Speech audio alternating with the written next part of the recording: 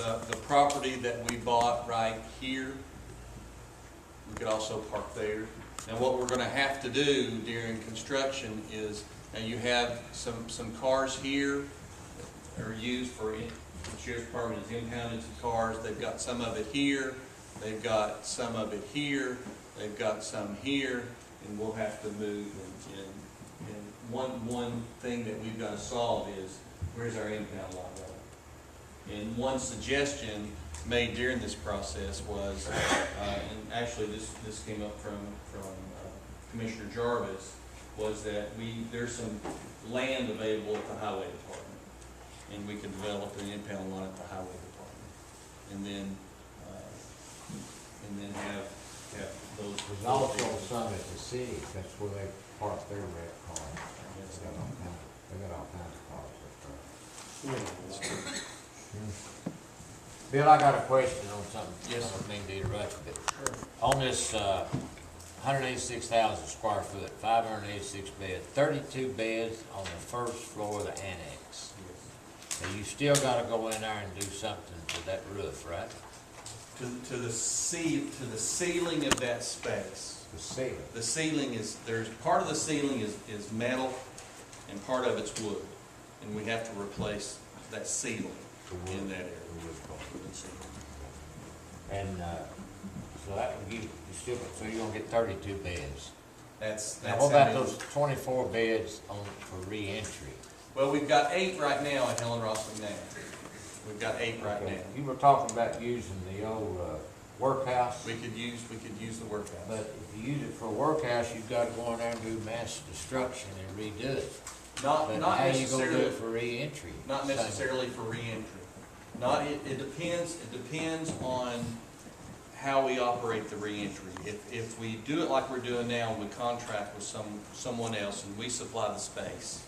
And like right now, like the re-entry program we have now, okay, the ladies that are in that program, I mean, they can, they're not supervised 24 hours.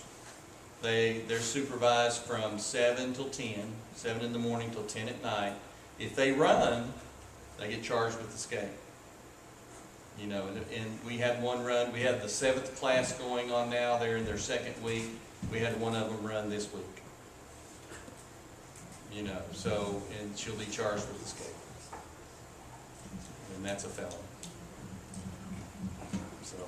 What about the rest of the annex over there? You're gonna talk about using one level and get 32 beds, can you do something to the rest of that roof and use the whole thing? Well, what we talked about here is it's available for training space. I mean, we can't use it for housing unless, I mean, basically we have to replace it if we use the 2nd floor for housing because of the wood and the walls and in the roof deck. Well, when we need beds, more than we need training spaces. I agree, but I guess our conclusion, Wayne, was that it was better to spend the money on the new building than to renovate that 2nd floor. And I'd then, be better off just blow it up. Military. Dr. Perry, just get rid of it, right? That's an option. Yeah.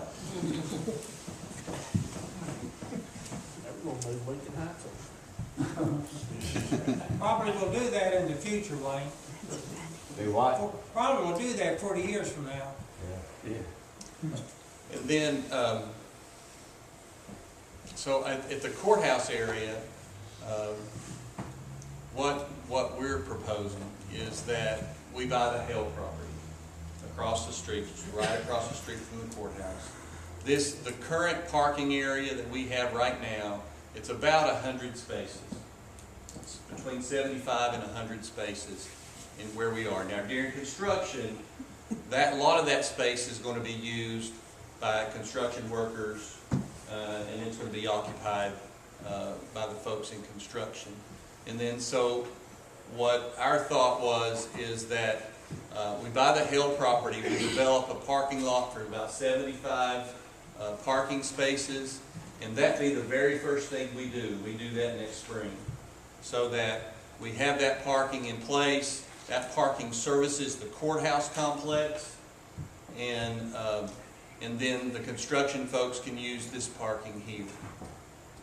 And then we would renovate the first floor of the Hale House, move a couple of the offices from this building there, which would free up space in this building so that we have one entrance into the complex, and that's through the breezeway, and then the public can turn right or left depending on what function they want to do. And so, and then we would tear down this maintenance building across the street, and we'd have to replace it. And the space we're looking at is about right here, a small, medium-sized metal building with some garage doors in it for them to store the mowers and their other tools and that kind of thing. And so that's on for this property would be the plan. Okay, cost. Now in the contract with Mosley, there's 3 cost estimates that they provide us using their pricing consultant, and the first one comes at the end of this schematic design phase, which is where we are now.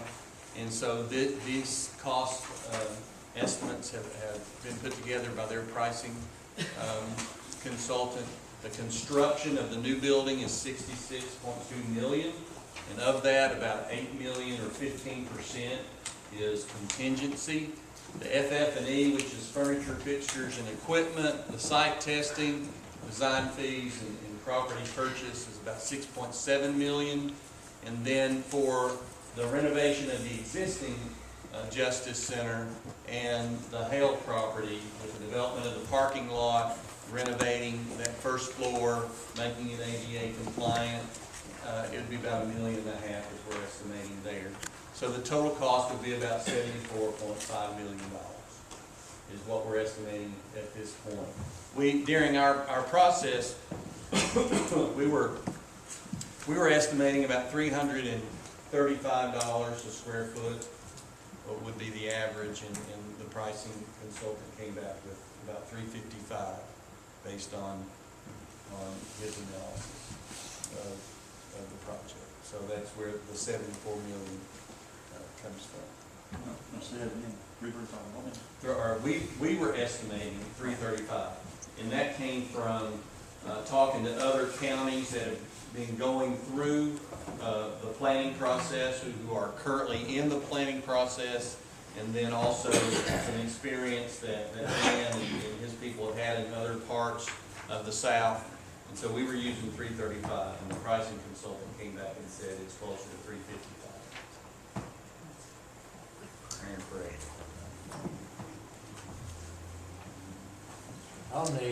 On the jail, I know it's got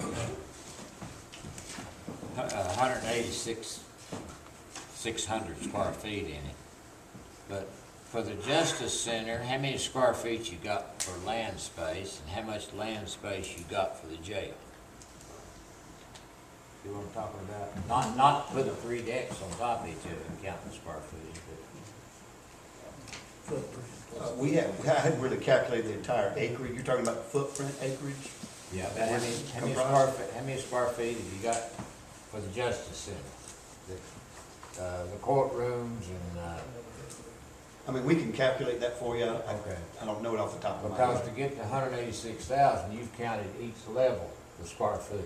Correct, But the land it sits on is just probably a third of that much. correct, correct. That property, Wayne, that block right there is, I think, 3.2 acres, 3.3 acres. This block that this is on. 107,000 square feet. 328 and 329. But where the jail's going, you've got square footage on the first floor, square footage on your other one, square footage on the other. One more question, I'll shut up. Coffee County, they set theirs in concrete pods. How will you set yours up?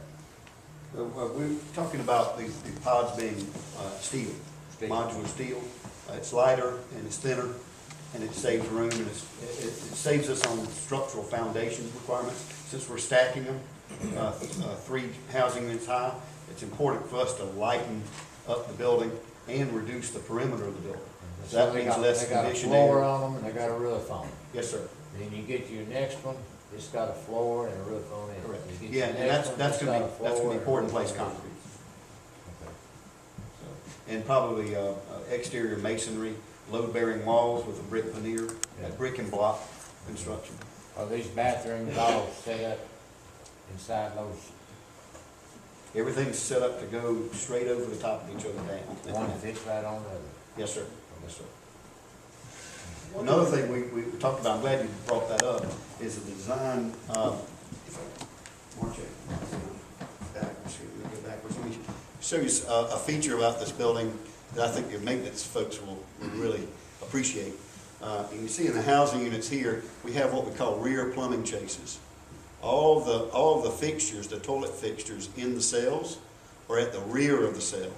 So what this does is maintenance staff come in behind it, and that way you don't have to lock down a unit. One of the biggest maintenance features or issues that you have in a jail facility is maintaining those toilet fixtures. Got to get them right. So you can actually access a lot of the maintenance needs without having to come into the housing unit with tools, in which inmates see as weapons, and then you have to lock everybody back. You have to manage all that. But this really Back to decreases that. cells.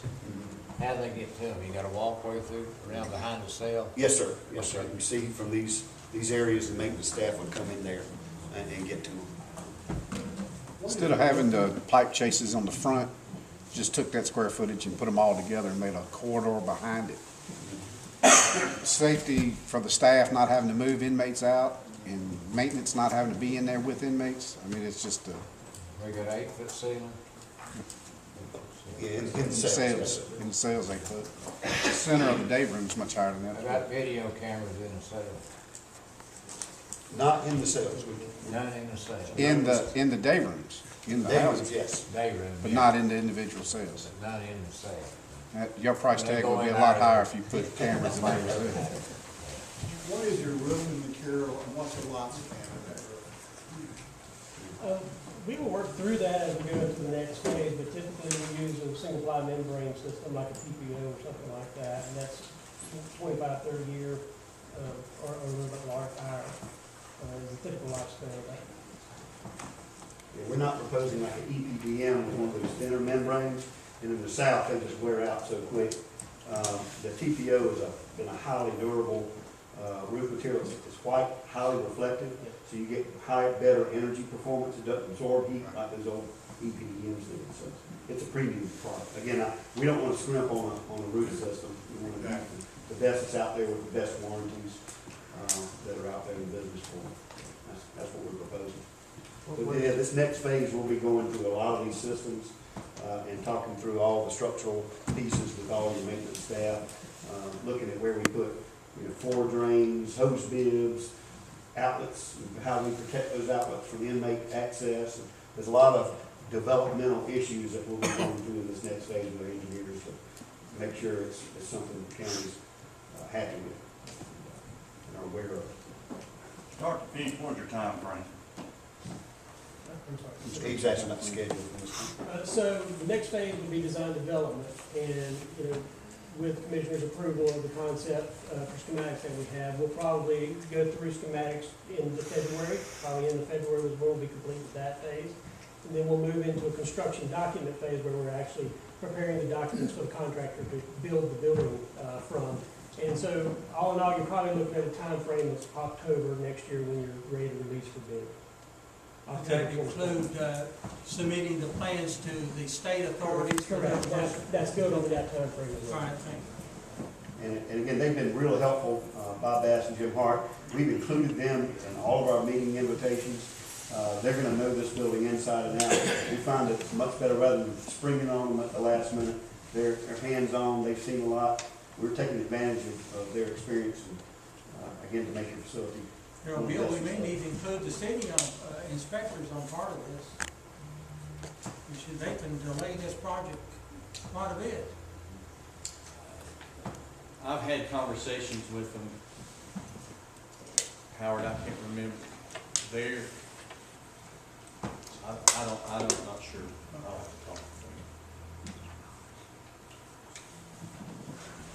to them. The next phase, what we want to talk about is how to pay for it, how to pay for the $74.5 million we're talking about. The financing plan would include financing for the West High renovation. So I want to ask Dr. Perry to come up and just give you a real brief update on where the school board is on the West High renovation. Thank you, Mr. Britton, and also Mr. Chair, members of the commission. We're in the design process right now, in the final stages of the design process for the renovation and construction there at West High School. We should have that completed by the end of December, and then we'll have construction documents along that time period. So in December, we should be able to put this particular project out to bid, and then we'll get some hard numbers back at that particular time. So it's still looking somewhere in that 10 to 12 million range, and as we talked to the commission before, please keep in mind that the vast majority of that money is just simply maintenance. Probably 60% of that entire amount is going to MEP, mechanical, electrical, and plumbing. So it's not new construction, it's not new area, that's just taking care of what we have existing.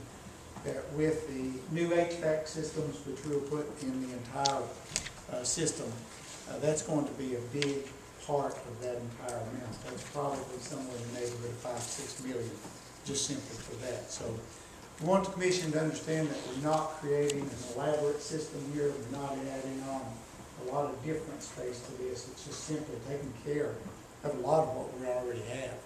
And with some of those units, well, actually the majority of them are all put in at the same time. So the units that we're replacing with the new HVAC system is in excess of 20 years. So they're already outlived their lifespan, and we're going to be forced to do something at some point in time. So our schedule with that is that we should have those construction documents done in December, put it out for bid, and actually have bids back in February, and be able to award in March. And so we will know the exact amount that we would have, by that time, so that we're not guessing at that particular point. But we're estimating somewhere in the 10 to 12 million range for that.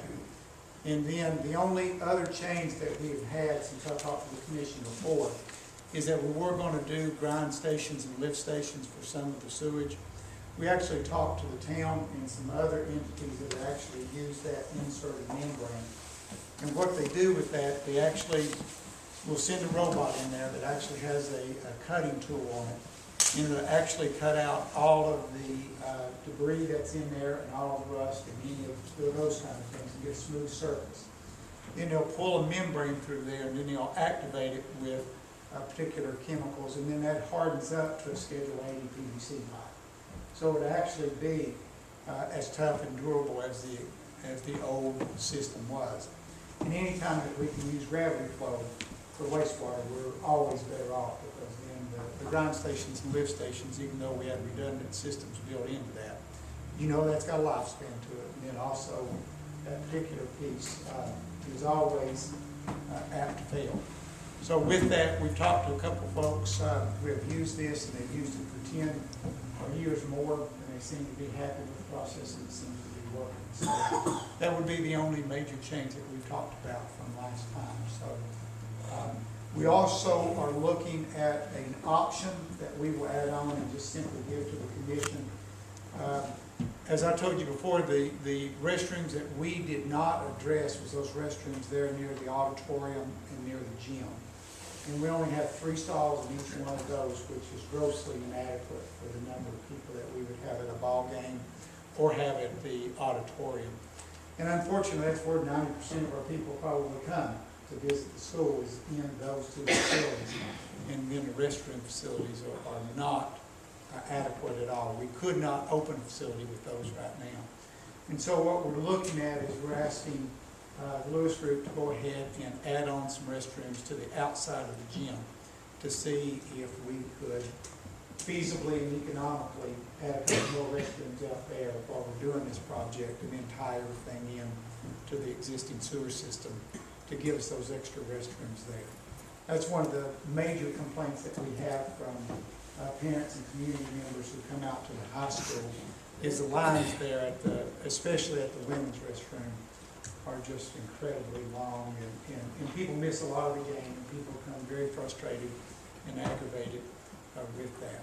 So we're looking at that as an option, so we'll add that particular piece on when we get the bids back and show the commission what we have there, and then we can make some decisions if that is to be included at that point. So, Mr. Chair, any questions or members of the The commission? architectural drawings, have you released any of those out to the public yet?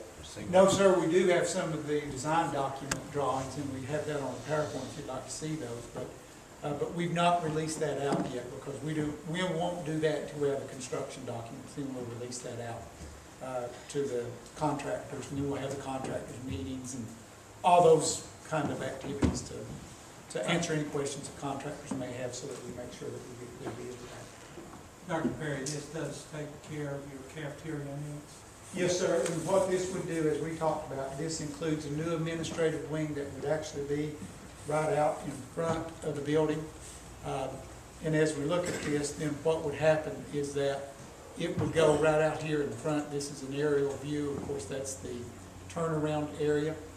That would be the turnaround area. And so we would have the additional front would come on just right there in front for the new administrative wing, and then also for this would be the administrative wing addition. This is the main entryway right now. That's the traffic circle. And then this is the new addition to the cafeteria. So traffic circle there, new administrative wing. And the thing that we like about this the most is that this is just an enlarged picture of that.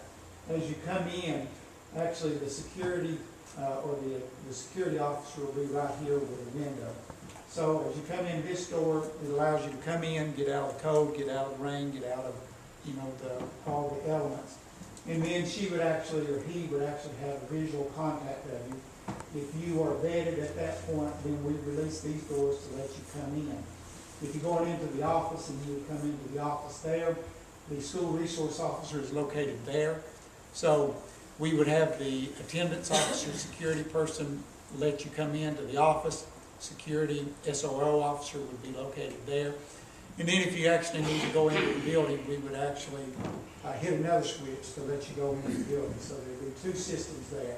One to get you in the office and then one to get you into the main building itself. So that way we have better security, better control. And this new administrative wing would have the principal in there and then the 3 assistant principals, the bookkeeper, the reception area.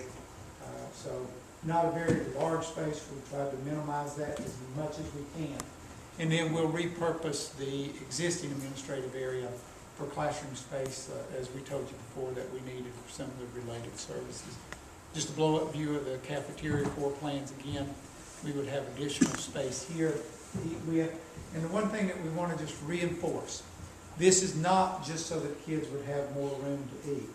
Right now, we have 4 lunches at West High School, and that really messes up our schedule if we are letting kids go from one school to the other. And we're doing that to try to minimize operational costs. If I can just run one AP course, then I can get kids together in that one AP course instead of duplicating those and then having 1/4 of the salary allocated to that. So if we can get the schedules on the right page, then we can use those particular classes more effectively and more efficiently. Because right now, a child who does this, sometimes depending on the time of the day, you're missing 15, 20 minutes of the lesson, which is a critical part. Because remember, that first part is the direct instruction. So it's not the most efficient way to do that particular piece. So the cafeteria has an instructional part to it also. On the administrative wing, is that just gonna be one floor, or? Yes, sir, just one floor. You know, we had talked originally about going 2 floors and adding additional classroom space, and the cost of that was really starting to push up, and so we scaled that back to only do 1 floor. And what we did do is this front entryway here will be a little bit elevated, just so that we get that dignity look that the gentlemen were talking about, and you identify the front easily, so that you know where to come into the front door, but then also not elaborate, that you have to maintain it elaborately, but it does have that dignity look to it and would identify the front. were you able to, those houses, last time I was here, you talked about buying that house. Was you able to do anything on that? Yes, sir, we did. We ended up purchasing that house there along Lincoln. Yeah. We bought that particular section there. We're gonna close on it in December. They wanted until December to go ahead and move out, so we made a deposit on that, and we will purchase that and close on that in December. That's gonna add a lot to it. That's gonna That make will. corner. It will. And also, we're looking at the space right across from, behind the senior citizen house too, or senior citizen home. So we're looking at that particular area there too. Parking. We're looking for parking or potentially even for some sporting activities. Right now, we're very concerned that we don't have enough facilities, especially for some of our females in some of the soccer and some of those areas to practice. And we're worried about a Title IX issue in terms of having, and if that ever occurred, then you don't have an option. You're going to go out and buy a property in a crisis mode, and then that's never a good situation. So that area would help that, and then the additional space that we have right there along Lincoln that's adjacent to the campus, we could use for parking. Now, this particular plan does not take up any parking, with the exception, we did have to have some of that parallel parking that was right there along the circle. We had to consume some of that, but that's only a few spots right there. We pushed the building back far enough that we could use the existing travel circle and then the parking that's on the Sulphur Springs side and Lincoln side.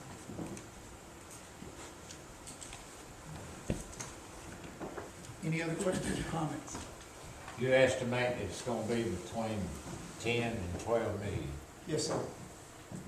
Is that counting what we've already given as far as the Yeah, that would be total inclusive. So we're talking about that would include FF&E, that would also include engineering, all those kind of things, design work, so everything. This would be an all-in project. The only thing that's not included in that amount is if we add restrooms to the gymnasium auditorium side. That's not been calculated The yet. only other money we've given you so far was for architectural, right? That is correct. What was that, how much was that, $500,000?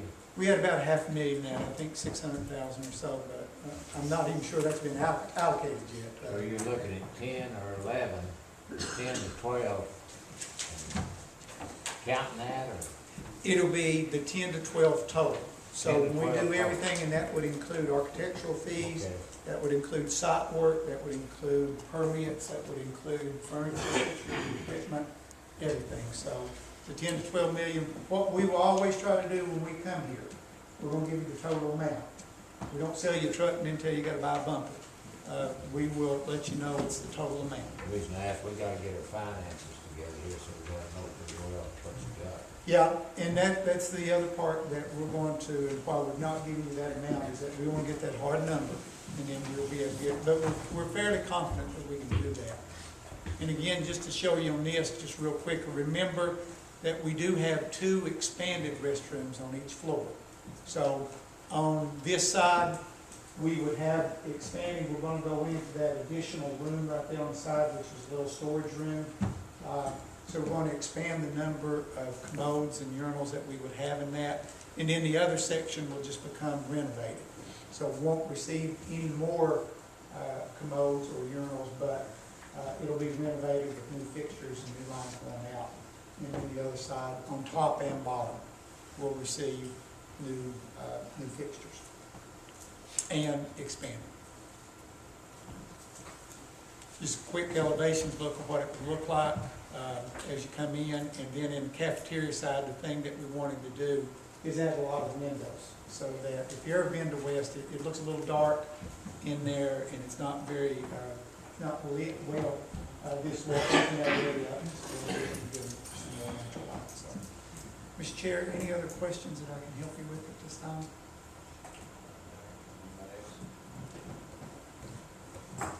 I'm available anytime that you have a question, please just call me individually or as a group. We'll be happy to help. Thank you this evening. Mr. Britton, thank you so much. Okay, Trish, if you bring what we want to talk about now is how to pay for the West Town renovations and the new Justice Center.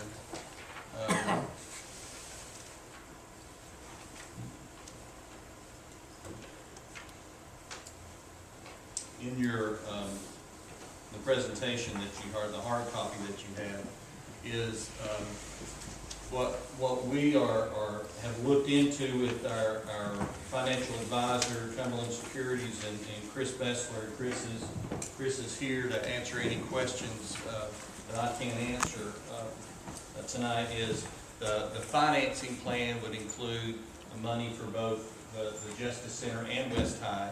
We would issue $85 million, up to $85 million in bonds over a 4-year period. 20 million this year. The target would be to issue them next month. Then 20 more in 2020. Let's see, let's get there.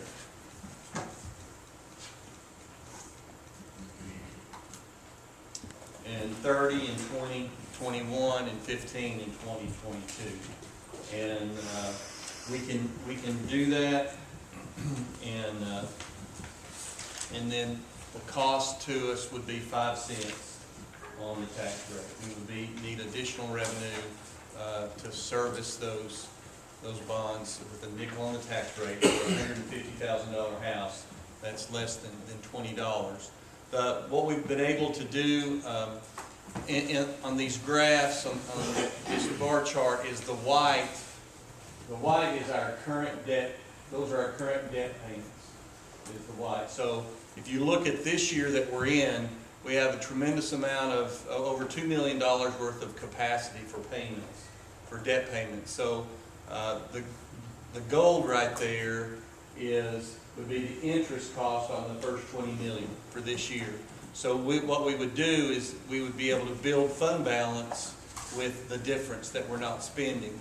And so we would build fund balance over the next 3 years, and then peak here, and then we would start spending some of that fund balance during years 3 and 4 of the financing, and then I think we make the final payments on existing debt in 2026, I believe, and so then we start building fund balance again. What this financing plan does is, let's say that we need to expand the Justice Center for more housing in 10 or 15 years. And we've got capacity out here to finance more debt and not have to raise revenue. So we have the capacity with a nickel on the tax rate to finance the improvements at West High School and the new Justice Center building and renovations to the existing building. Now, one question that I know that you have on your mind is, all right, what's it going to cost to staff the Justice Center? And here's the big ticket. Right now, what we did last week is Captain Laws and Lieutenant Hamrick and I sat down and knowing, I anticipated that question from you guys, is okay, we build it, we can pay for it with a nickel, how are we going to, what's it going to cost to operate it? We sat down, went through the design, and we have 56 staff members now, and with an average daily population of 435. We estimate it would take about 142 to staff the 3 levels of housing, the core area, as well as the first floor of the annex, and 86 new people, and we use the number of $45,000 per person, and that's about $3.8 million, which to fund that with new revenue would be about 28 cents on the tax rate. What's that gonna cost when you add the 56 to the 86, 142? What's that price gonna be? 56. 142 people it's gonna take. Right. Currently we doing, you using 56. I don't have that. I mean, That I don't know. 56, I think I've heard it's about 1.8 million. Okay, for the 56? Yeah. Now, you said that, I know we're talking about 86 new staff members, but in reality, we're down where we need to be at this current. Correct. So how many would fully staff us Our, right now? 142 is like 4.35 inmates per staff member.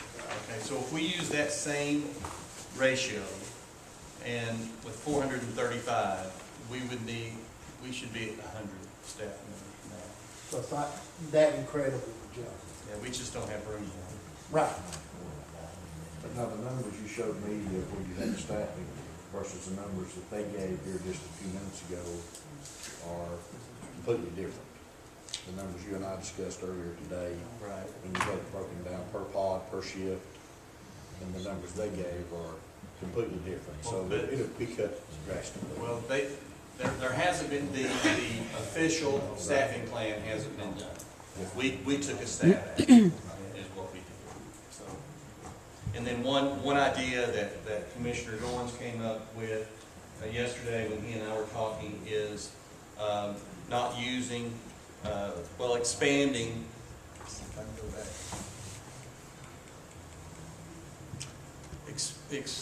On these housing units is adding one more or two more cells. You add a cell here, move the stairwell out, and there's 4 more beds. So you have 4 more beds on each housing unit, and that would take care of the 32 inmates that would be in the annex, and we wouldn't have to staff the annex, which is 12 positions. And actually, what we talked about was the fact that I think it came up altogether 44 more beds per inmate, and it would save $560,000, Over $500,000. or $500,000 a year, which would help the staffing part.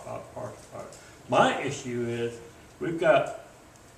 it's hard for us to hire and keep 56 good COs, correction officers.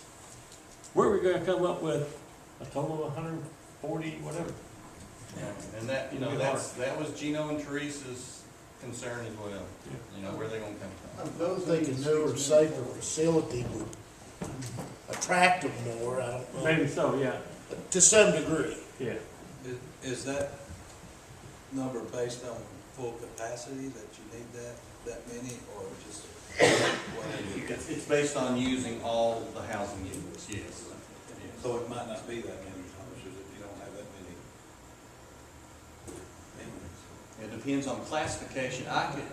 Tim, I would, now, I don't know how to run a jail, okay? I've learned more about jails in the last 3 or 4 years than I ever thought I would. But,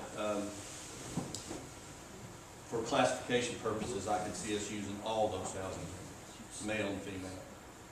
Of those new 86, how many have to be post-certified? None of them are post-certified, correct? None of the new ones.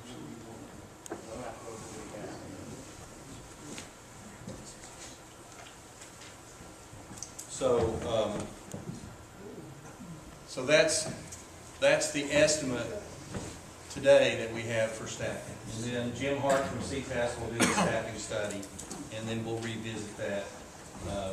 He'll do that during the next phase of design. And so when we come back with the results of the next phase of design, we'll have that staffing study as well. There's 3 action items that I would like for this committee to take and to make recommendations to the full commission next week. The first is to proceed with the next step of the design work for this concept that we've outlined this afternoon. That's action number 1. Action number 2 is to start the process needed to put the financing in place so we can get started with that. There's 2 bond resolutions, and they're on your desk in front of you. One is the initial bond resolution that, with passage by the commission, authorizes all $85 million in bonds. It's the big umbrella resolution that covers the whole $85 million, and it also triggers a 20-day protest period. So if there's citizens that want to protest the issuance of these bonds, they can put a petition drive together. It's outlined on one of the sheets in front of you. And then the second bond resolution is the detailed bond resolution, which authorizes the first 20 million issue. And so what I'm asking for tonight is a motion on each one of those steps. Bill, have you heard anything like for a referendum to let the people, the citizens vote on this? No, sir.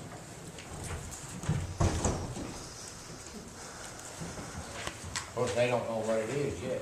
It's not publicized. This is the public unveiling, that's true. And hopefully get Let some me- coverage in the paper. I would want to just state that if this went to a referendum and this project got turned down, you can rest assured that a federal judge is going to tell us exactly what we are going to do, how much money we spend, and whatever. To keep it in our own hands, we need to make some decisions here. If we approve this tonight, is that gonna lock us into this design? Building design, if we had to make some major, Well, not major changes, but some changes? Yeah, I mean, the next phase does manipulate, in other words, what Bill talked about with the, if you wanted to add the cells, that could happen in this next phase. It's not like that's frozen in ice, and this next phase is exactly what you do to develop the project forward, but using that as a concept to develop it. Okay. Thank you. Chris, you have any comment on the bond resolution? Thank you, Mayor. Mr. Chairman, Commissioners, thank you. Chris Bessel with Cumberland Securities, County's municipal advisor. Essentially, the two resolutions, the reason for the difference in size, the first resolution, as the Mayor mentioned, is for all 85.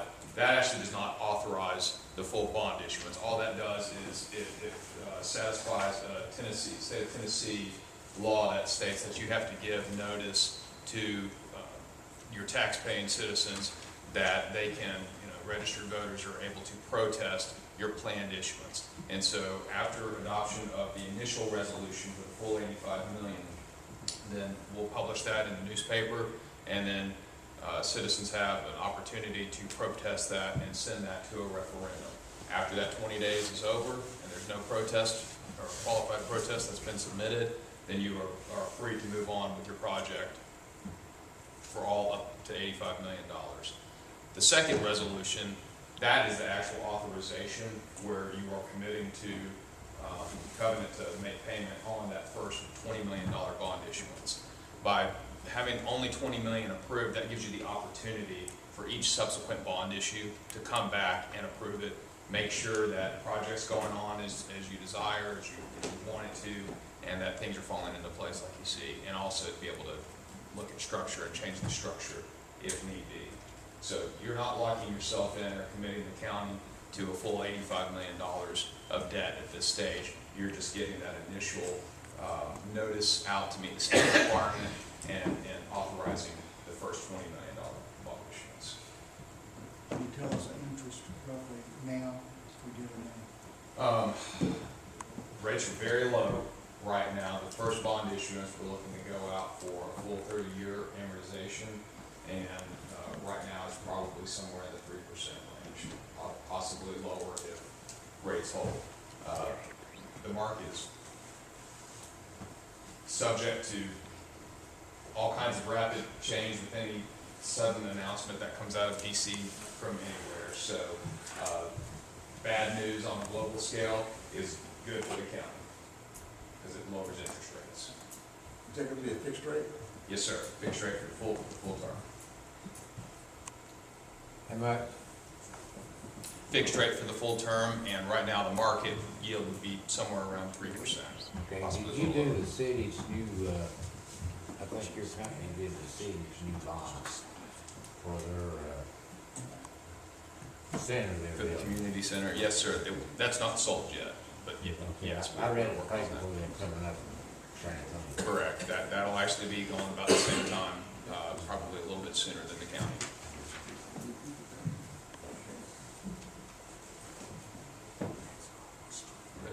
Thank you.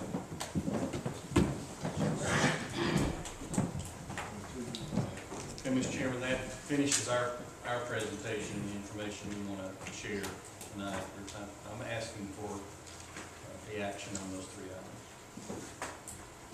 Do y'all hear a motion for the initial bond resolution?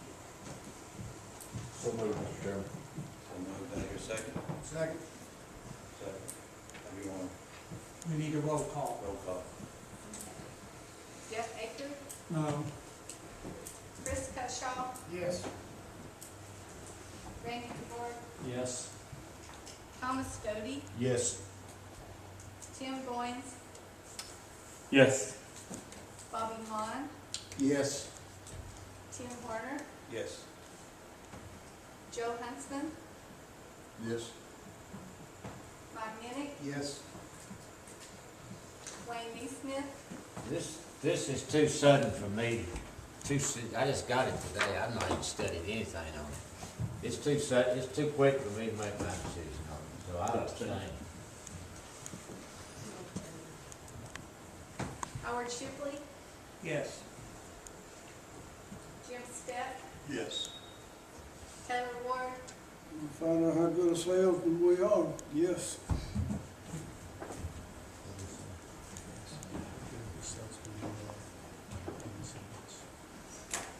11 yes, 1 no, 1 abstain, motion passes.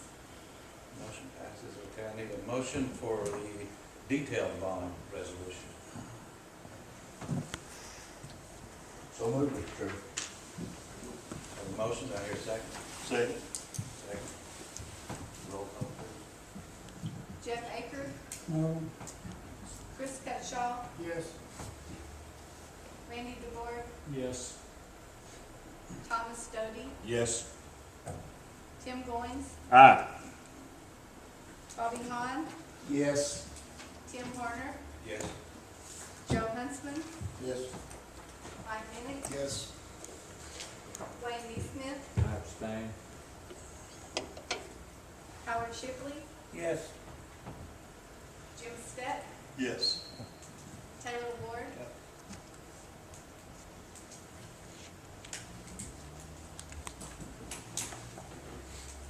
yes, 1 no, 1 abstain, motion passes. Mr. Chairman, I've got another motion I'd like to make at this time. I'm very deeply concerned about the tax rate on operating this facility. So I move that the construction and operation cost of this facility not to exceed $75 million. You've heard the motion, do I hear a second? Any discussion? Could you restate the motion, please? I move that the construction and operation cost of the jail facility not exceed $75 million. And what time frame is that operational cost? Is that for 1 year, 2 years? No, it's the whole project, you're the whole project. And how long is the entire, is that 40, is that the 40-year window that we talked about earlier? No, I'm not talking about the construction of the project right now and the operation cost, because what I'm trying to do is avoid a 29-cent tax increase rate in a 1-year period of time for operation costs, because I don't think the citizens of this county is gonna buy that. Well, my question, Mr. Shipley, is the operation cost is for staffing of the jail after the building. Are you saying that to add to the cost of the building for 1 year, for 5 years, for 10, or? The first year of operation. First year of operation, That is a total different. Thank you, sir, that's what I It's a was whole- clarification. You know, That's after like that, $7 that's million up a to year the it's gonna commission take to on an operate. individual year-by-year basis.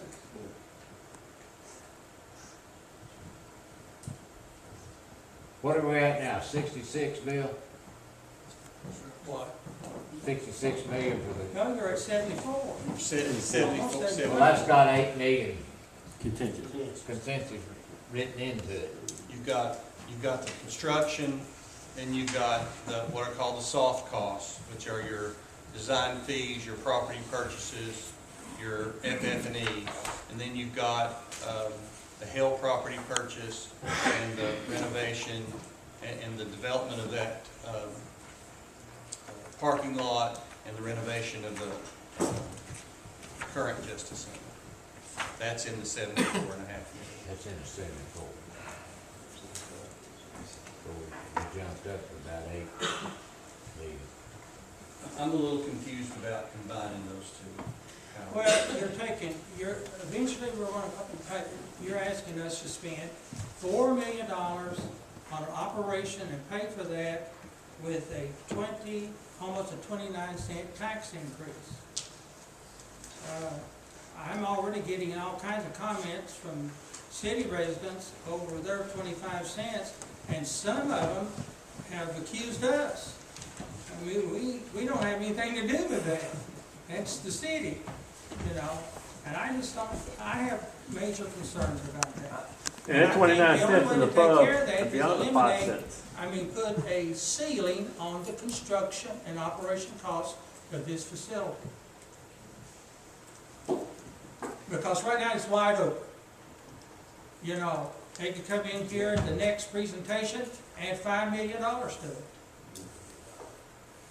You know, former Commissioner Jarvis preached this, you know, when he was here, that we needed a ceiling cost. Of course, it was 30 million at that time, but now we're talking about 74.5 million.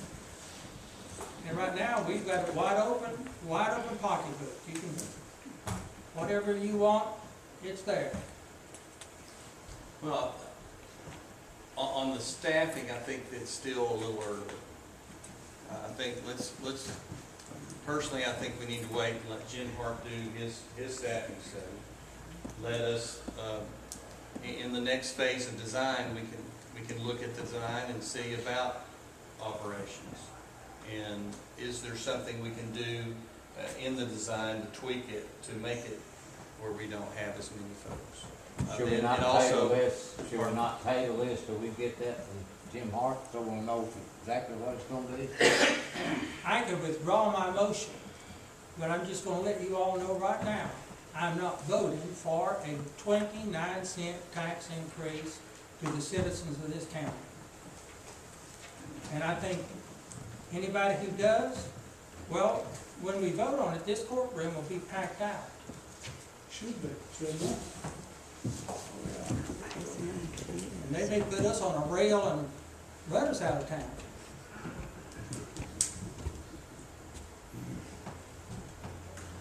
I just, you know, that's the way I feel.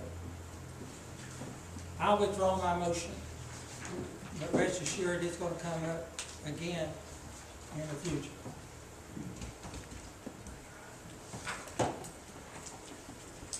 Any more discussion? I hate for us to get to a point where Carver County was, built an elaborate facility and no money to operate.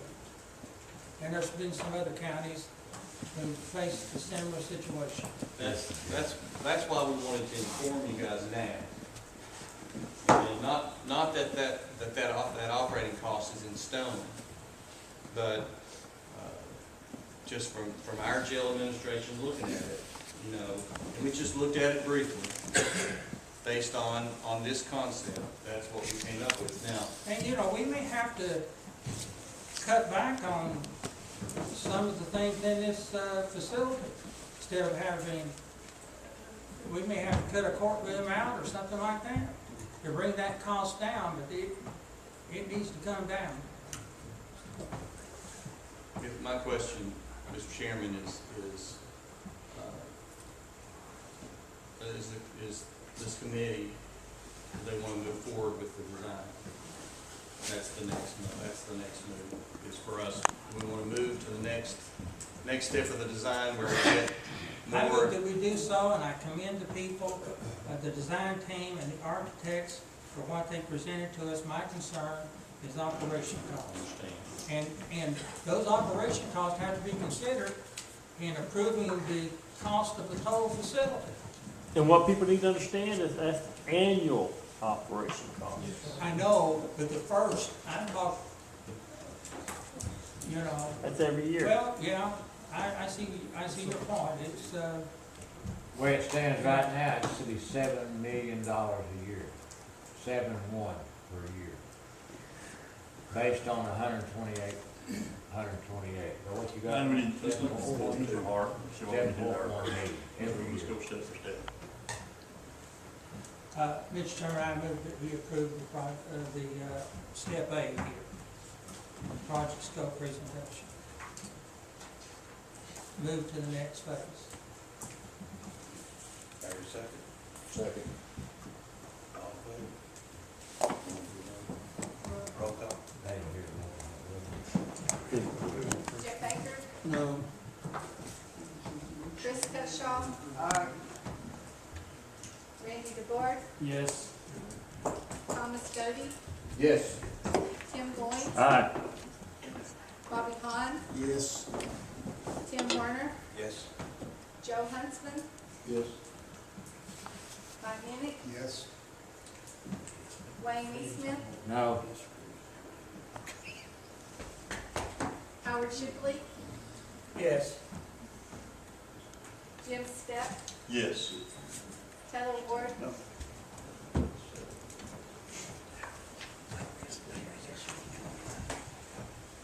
10 yes, 3 no, motion passes. Mr. Chairman, those three items will be on the agenda for Thursday's meeting, county commission meeting, for county commission to take action. Bill, what would you do if you could take away this 1.5 million for this mansion over here? Could you reduce some of that back? I know you want to spend 1.5 million on land and parking over there. There's about let's say roughly $750,000 would be used over here. Right. And then something close to that. We really don't have any concrete estimates on renovation of the existing building. So I kind of put a cap of $1.5 million on the whole thing. What I was trying to do is get off that 75 million deal, trying to get it down some. No, I understand.